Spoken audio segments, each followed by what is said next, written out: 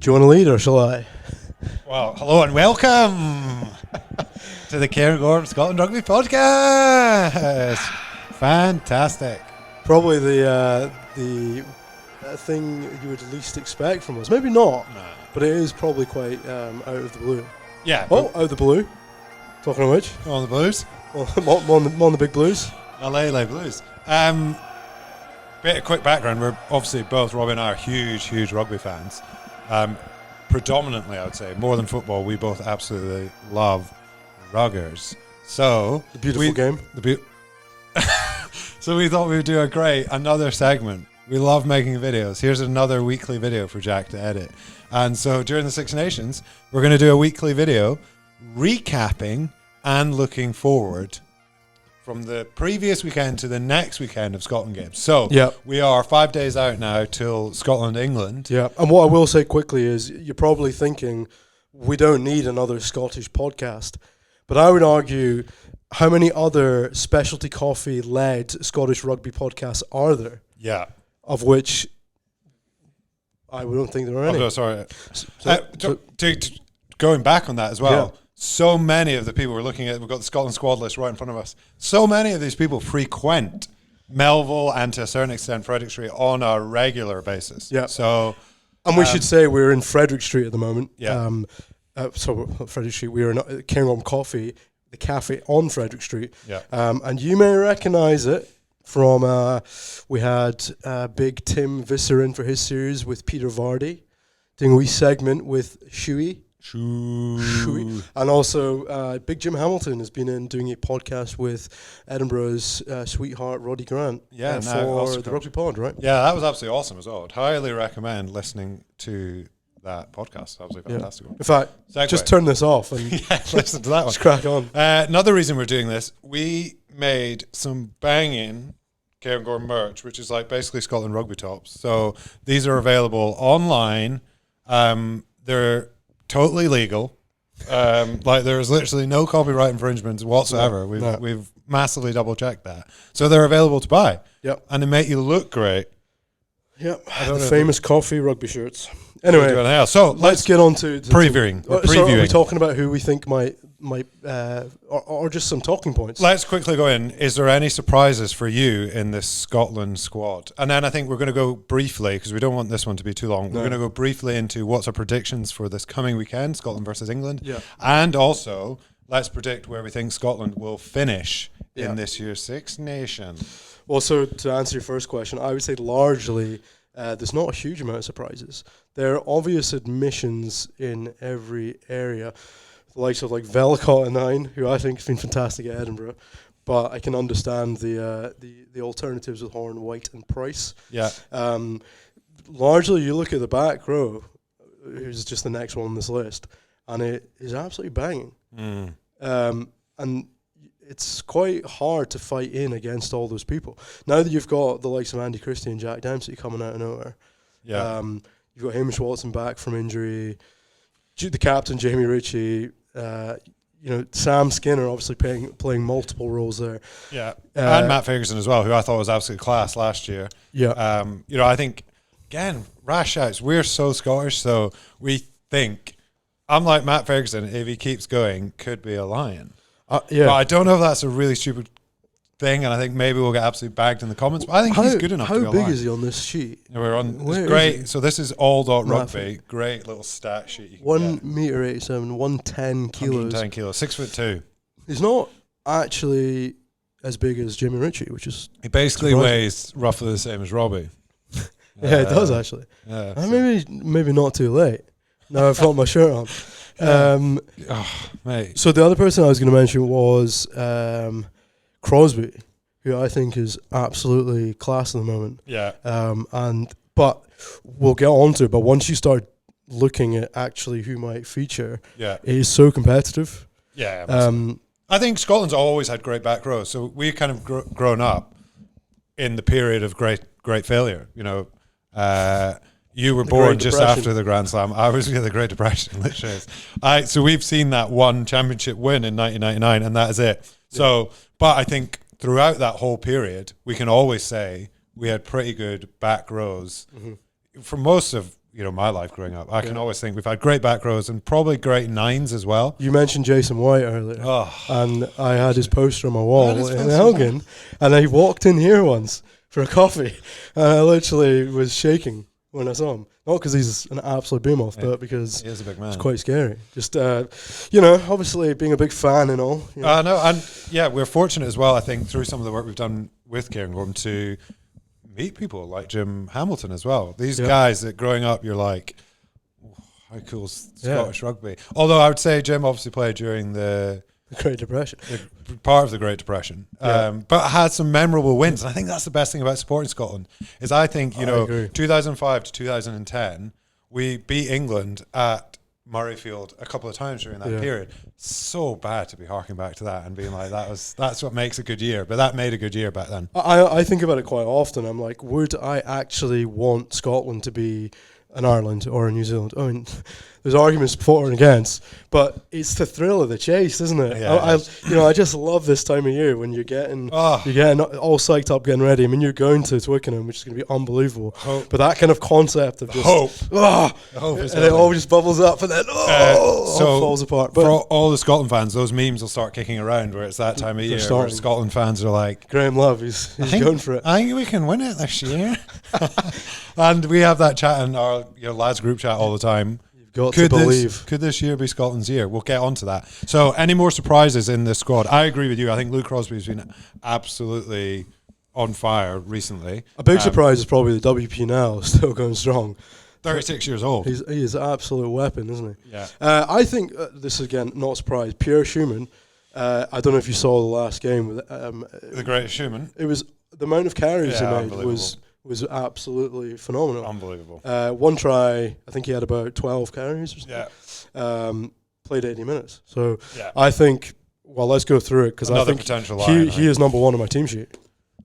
Great. So we're going through your team sheet? Yeah, you don't really have it set up. I don't have a team sheet. Can I just, while we're on the topic of Shuey, this is hilarious. If you go onto the BBC Scotland rugby website, you can pick your team. Yeah. And if you go for flankers, so number 7, you've got your usual options. You've got a Crosby, you've got a Watson, a Dempsey's in there, a Skinner, and Fraser Brown, bit left field. Schumann's also there, which is bizarre. But I'm guessing that's a complete typo. Yeah, probably. Imagine that. Schumann in the back row. Yeah. It'd be incredible. But I think, like you're saying, you go through this squad again, and this is what we're saying, hope springs eternal for Scotland fans. You start looking at the 15 players, and you're like, this is a good old squad. Yeah. Interestingly for me, and I don't know if this is injuries, because I don't keep very up to date, but I will do going forward, just so I've got all the facts. You've got Blair Kinghorn starting at 15. Oh, no. That's a mistake. Why? Because he was so good when he played last time. No. I don't know why. I was thinking about that because I was like, I'm struggling to find a place for him anywhere. And then why are you struggling to find a place? Because again, I think that shows. Well, I've got my views on Kinghorn. Okay, so and it's an incredibly controversial thing, just because his positioning within the Scottish setup, the Edinburgh setup, has been a topic of almost ridicule to the and not of his doing. I just think he's been massively badly treated, not by. I don't know, but not by anyone in particular. I just think it's almost like his natural athletic ability has done him a dirty. That yes, you can play in all these positions, so he's been thrown into them, and maybe it's not really worked out the way it should have done for him. In any case, I think when we go into this World Cup and into the Six Nations, we have now got a world-class 23 in our midst. That sounds like a massive backhanded compliment, but as in you're like he is so well suited for us to be able to do the 6-2 split. Yeah, I agree. You know, if you which is key. Explain that to. Well, no, don't explain it. What to this podcast too? We're not going into depth like that. This hopefully is rugby people watching. Yeah, which I find really interesting though. So you were struggling to fit him in because you have gone for maybe a slightly on form, not too difficult a decision. But who have you got in the wings? I've gone this again. This is I just jotted this down. I looked at all of our wing options and I was pretty scared. This sounds a bit strange. This has been a place we've had a lot of depth, but obviously there have been obvious omissions recently. Yeah. and we have Darcy injured. Yeah. Duhan is literally just coming back from injury. Yeah. So I have put down Duhan 11, but Yeah. he's not been back very match fit, I would say. Then at 14, I was just like, yeah, sure, let's see what Rory McConaughey can do. So you're like, let's throw him in. I watched a couple of highlight reels, liked what I saw. Let's throw him in for that first game at Twickers away. I love the narrative there as well. Like, up against England, why not? But I think outside of that, your team's probably... So you look at it, like, obviously Stain has been carving up for Glasgow, but I don't know why. I just can't get myself over the line for him as a Scotland winger and or centre. Yeah. I think there's too much depth. I just don't, and that's maybe doing him a bit of a dirty, because I think he's a phenomenal player. Again, I think it's a good day. We've got real good depth. I think, again, other podcasts cover this in much more detail than we are, but Edinburgh and Glasgow maybe not performing incredibly well over the last over the last short time period, I guess. But Edinburgh obviously going very, very, very well in the Heineken Cup this year. Yeah, for sure. I just feel there is quite a lot of depth across both Glasgow and Edinburgh squads just now, and there's quite a lot of just really good players across almost all positions, like you're saying. And I even think about I'm forward background. You look at Grant Gilchrist, and just generally you've got both Greys. Engine room, I think, is really, really strong. Back row is really, really strong. Starting front row is really, really strong. Yeah. So we've gone real brief, but I think, what's your prediction then? I haven't gone through my full team. I'm doing that really quickly, and you can agree or disagree. Okay. So I went Shuey. This was again hooker. I'm like Cherry, but Brown. I think Brown or Cherry. Calcutta Cup. Let's get the old faithful in. Two Mercustonians. Get the old Murky boy in. Two Mercustonians. Brown and Cherry, both Mercustonians. Controversial. Well, very, very good as well. Yeah, again, I think great depth we've got. Then Xander Ferguson's a big coffee fan. So I'm like, every day of the week he's getting in there. Nell, I think we'll keep him for the bench. I've got Richie, Gray, Gilco, because he's a great Edinburgh performer. Yeah, he's absolutely tearing up. A good Edinburgh fan. Yeah. Johnny Gray has just come back into the squad, so I think he could easily be in for a shout. But I think, again, let's bring these guys in off the bench, and they can carve. Not going to carve up, but carve out they can. Yeah. This is where it gets tricky. Richie, obviously 6. You need your captain involved. Phenomenal player. 7, I've got a lot of crossing out, but I think, can Dempsey play 7, or is he out and out 8? I like his grit for the Calcutta Cup. I don't feel like Watson has had enough game time. He's literally just back from injuries. So I quite like some games you would go with a big back row potentially, and you could have. But I just love Hamish Watson. I think if he is fit, Hamish Watson obviously starts at 7, and then, like you say, Richie, Ferguson, Watson, great back row. So I actually went on this basis for a 5-3 split for a couple of reasons, but I settled on Skinner as a great bench option, because he then covers 6 for kind of a few different options. He's a great utility for that back 5, I guess. But back 5? Is it back 5? Yeah, just checking. But that would then omit Dempsey if Watson was on. But again, it's tough. You can't leave out Watson, can you? Very, very tough. 8 is then Ferguson, but I guess Dempsey as well. So then rattle really through your backs. Here. 9 Ali, Price. 10. Fuck's sakes, the controversial Finn Russell. I've got Duhan. 12 again. I wouldn't have said this 2 months ago. Sione. Yeah. Tupelotu. Completely agree. And again, I think that's from Glasgow. watching Glasgow play Edinburgh. He's just been great recently. He's absolutely class. Redpath, obviously very, very good as well, which I think. But again, a great bench player. Depth. I think, have you gone Rash at 13? So who's outside centre? I know. Well, I have gone Rash. I just want to see Hugh Jones. Oh right, I thought I said Hastings. I want to see Hugh Jones. Hugh Jones, I think, would be class. I put Slash. Harris is the sensible bet. Yeah, but I would go. We've obviously seen Hugh Jones carve up against England in the past, and I think The drama. I love to. I just think he's a fantastic player. I think he offers maybe a little more threat. I would agree, but he's not as good defensively. No, so that's the toss-up, isn't it? There you go. But you've got Big Sione there. So Sione. And then I put Rory. I mean, who knows? Rory McConaughey. Let's give him a go. Rory McConaughey. And then obviously, the man, the myth, the hog, as fullback. So. And then you've obviously got Kinghorn then on the bench. Potentially could start on the wing as well. I think, so can I just bring it back to 10? Because we obviously have a world-class 10, but do we also have a bit of a conundrum there? This is what I'm trying to work out. Is Hastings fit? Because he's not. I don't think he is fit. So we basically have Russell Healy, who's literally probably met Scotland a week ago. Yeah. And we've got Kinghorn. Yeah. So I think obviously having Kinghorn playing all these other positions as a bench player admits Healy unless Russell's not fit. So you're saying there's not much of a plan B potentially, but I'd love, because I don't think you can have Healy as an out 10 when you've only got 2 or 3 backs on the field. Super interesting. There we go. So that was quite a lot of depth there. I think, is that squad good enough to beat England? Yes or no? Yeah. What do you think then? On the hype train. So that would be back-to-back victories at Twickenham is what are you predicting that? Would you say that? So what do you think the score is going to be? I think it's going to be cagey to start. I think we're going to do what we always do, which is let in an early try, one or 3. But I think it will be close. I just think if we can get to half-time within a penalty, I can see it. You know, there's a lot more pressure in England at that point than there is in Scotland, isn't there? Well, we thrive under that, you know, having them slightly under the cosh against their own fans. So. Yeah, we just seem to always have the Calcutta Cup at the moment. So you think, give me a prediction. What's the actual score?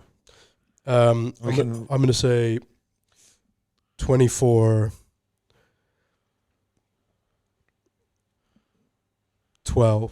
Oh, sorry, 24-19 to Scotland. Oh, yeah, I was going to quite close to that as well. I'm going to do the really shit thing. Trying to work out the maths. I'm going to say 22-18, which is not great, but I think it's going to be that tight. Yeah. I'm going to go with Scotland as well, but I think that's very much hard. I think if England... This podcast is not about any of the other teams, really. I think we're quite keen to just focus on Scotland. So so we can try and sell some Scottish strips. Exactly. If you're here to talk about England, we're not really going to talk about them. But if they play to the best of their ability, who knows what Steve Borthwick can get out of them, maybe they can win. Maybe. We should shout out some people in the England squad who we've had a chat to about our coffee. Oh, yeah. And who like a bit of Cairngorm. We should. Jamie George. Henry Slade. Loves it. Was it Henry? Yeah. Is that his name? No, it wasn't. It was Elliot Daly. Elliot Daly. That's on. Elliot Daly. Thanks. Last, Jack's really hating us. He wants to stop. My wife's just trying to call me. And Robbie's trying to call. Last, who's going to win the Six Nations? And if it's not Scotland, where are they going to finish? Just very quickly. This is our preview. Wales are going to come bottom. Oh. Then Italy. Then Scotland. Then England. Then Scotland. Then Ireland. And France. Oh, there's France as well. Jesus.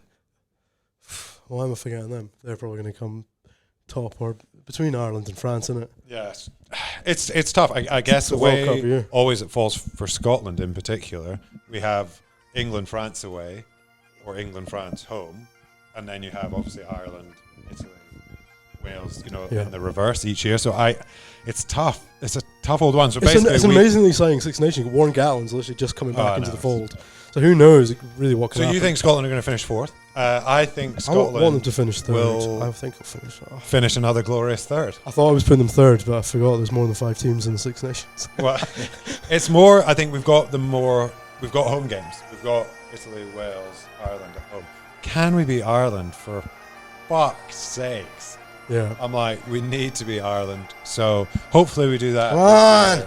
And I'm predicting a 3rd. 2nd would be great.